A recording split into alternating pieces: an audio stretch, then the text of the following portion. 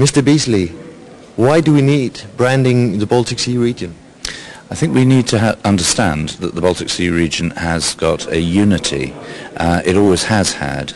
The reason that we need it is because it lost that identity, that community, for military, political reasons. During the Cold War, quite clearly, 3 countries were forced into the Soviet Union, Finland into a bizarre form of neutrality, Sweden into another form of neutrality. We're now back, as we should be, all together in the EU.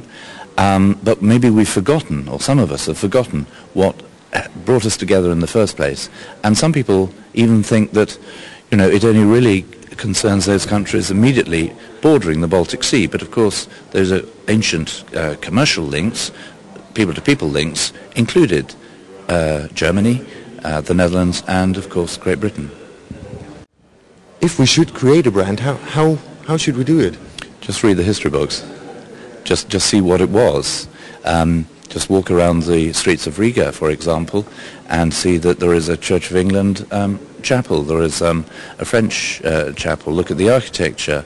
In other words, look at the cathedral built by the Germans. Just read the books. It's not difficult. Look at people's surnames.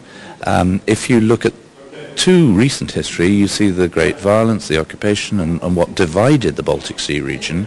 But just go back a little bit further, and it's quite enjoyable as well, and you'll rediscover what is naturally there, that there is great economic wealth in the Baltic Sea region, and it was traded, not just along the northern coast of Europe. Of course, it went much further.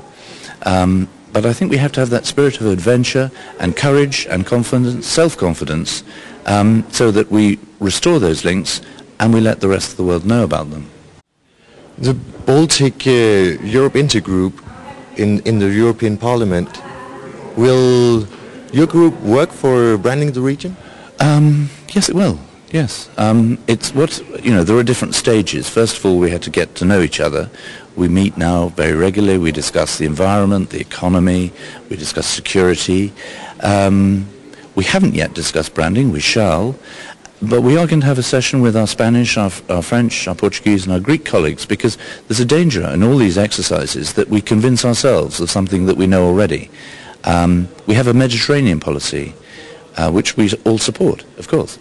We don't yet really officially have a Baltic strategy, and so we have to talk to our Mediterranean colleagues as well.